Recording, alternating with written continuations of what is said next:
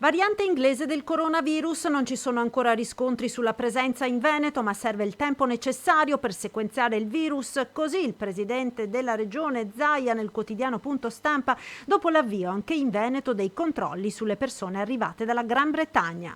L'ordinanza fatta per la Gran Bretagna serve farla giuridicamente perché evitiamo che i cittadini, se provengono dalla Gran Bretagna, devono andare da un medico a farsi un certificato per fare il tampone, quindi possono andare direttamente e ce l'hanno gratuito il tampone.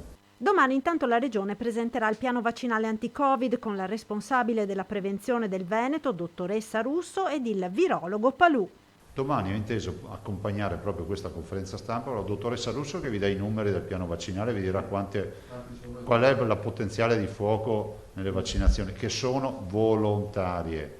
Cioè se uno non vuole, sta a casa e guarda la televisione, non serve che si preoccupi per gli altri che si vaccinano, che vogliono vaccinarsi.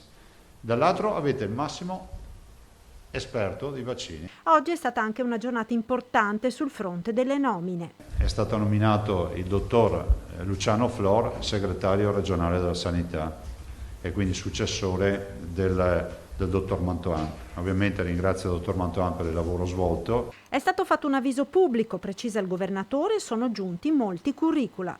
Ma in questa fase siamo convinti che ancora quel quid in più che può dare un medico che ha un'esperienza importante come il dottor Flor, che è stato in azienda ospedaliera di Verona, è stato in azienda ospedaliera di Padova, è stato all'interno dell'assessorato come alla programmazione, insomma ha un curriculum assolutamente di altissimo livello nell'esperienza della sanità pubblica, oltre ai risultati che ha portato con Padova e con il nuovo Policlinico Universitario, vada nella direzione che con molta obiettività, anche da un confronto con l'assessore Lanzarin, sia la soluzione migliore in questo momento storico.